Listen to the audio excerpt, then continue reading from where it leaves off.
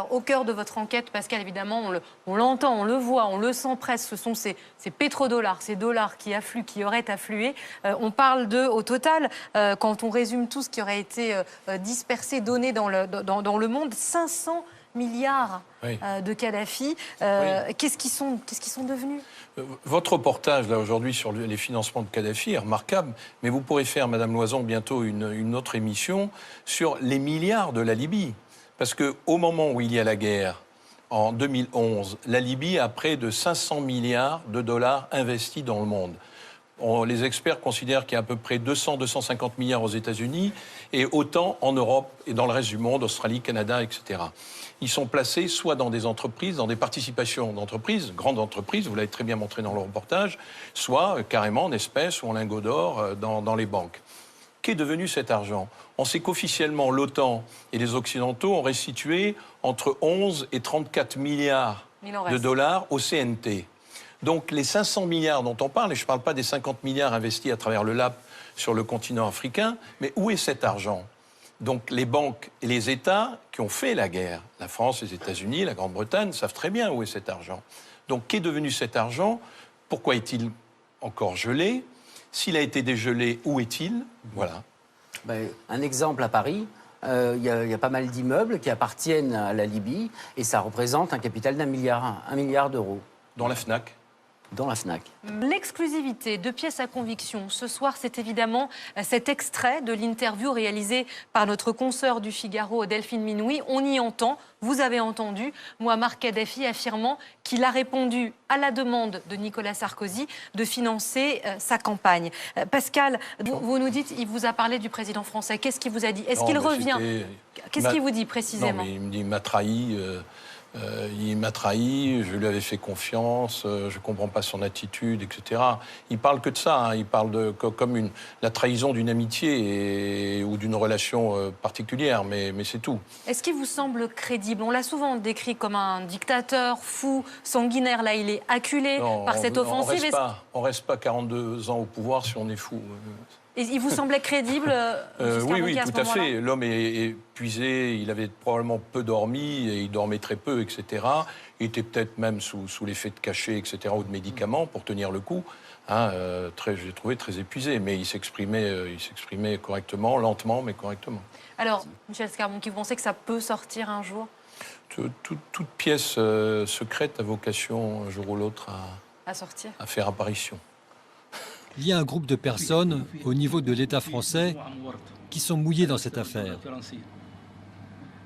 Et moi, j'ai peur pour moi. Et Claude Guéant, vous l'avez rencontré? Ça se fait. Pour savoir s'il y a eu financement à destination de la France, je remonte une autre piste, les traces bancaires.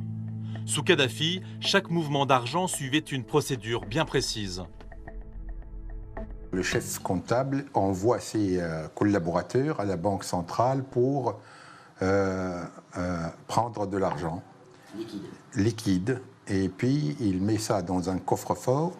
Et puis, dès que des instructions arrivent, soit de la part du guide ou bien de Béchir, etc., donc il prépare la somme dans une enveloppe avec une sorte de bordereau pour la signature. Et le destinataire signe, ou bien son représentant, ou bien le directeur de cabinet lui-même, à savoir Béchir Saleh. Quand il demande de l'argent à la banque doit recevoir un ordre. Pourquoi? Il faut une référence. Donc la banque a le pourquoi et comment. Quand l'argent est retiré en liquide ou autre, ou transfert, il est mentionné les raisons de ce transfert ou ce montant liquide et à qui ils ont donné. C'est là où M. Béchir Saleh avait des documents. Béchir Saleh, l'homme est au cœur des relations franco-libyennes.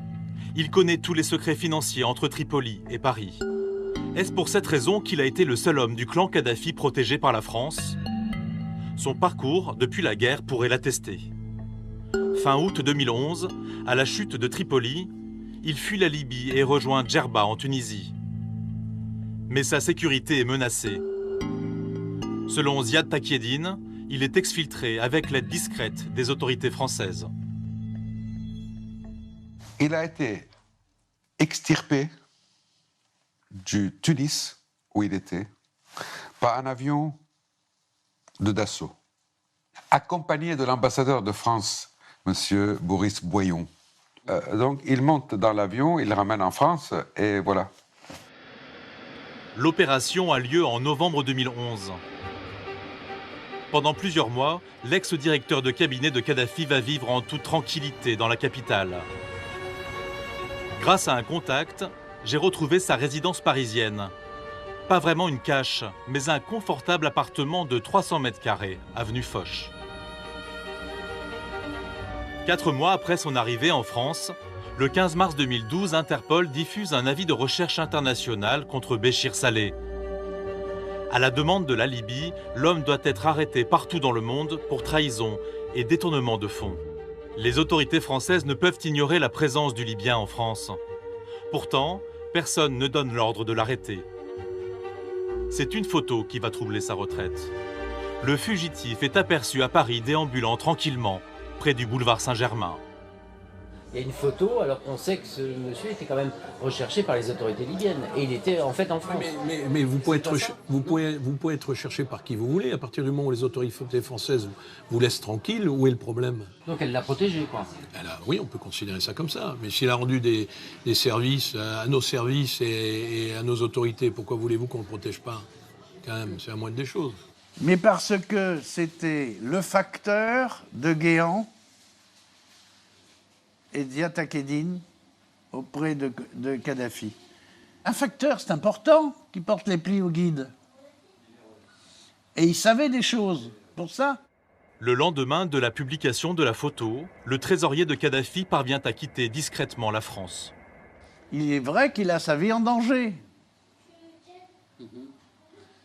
Sa vie est en danger. Béchir Saleh est aujourd'hui protégé par l'Afrique du Sud, dont Kadhafi a largement financé les responsables politiques. Depuis le 19 avril 2013, la justice française enquête sur les accusations de financement occulte de la campagne de 2007.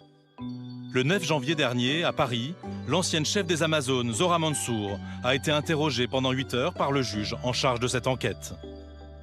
À l'issue de mes investigations, j'ai réuni de nombreux témoignages. Mais comme souvent dans ces affaires, les éléments matériels sont absents. Malgré mes demandes d'interview, les hommes mis en cause restent silencieux. 3 des accusateurs, Saïf al-Islam, le fils de Kadhafi, l'ancien Premier ministre, Bagdadi Marmoudi, et Abdallah Senoussi, l'ancien chef du renseignement, attendent la fin de leur procès dans des prisons libyennes.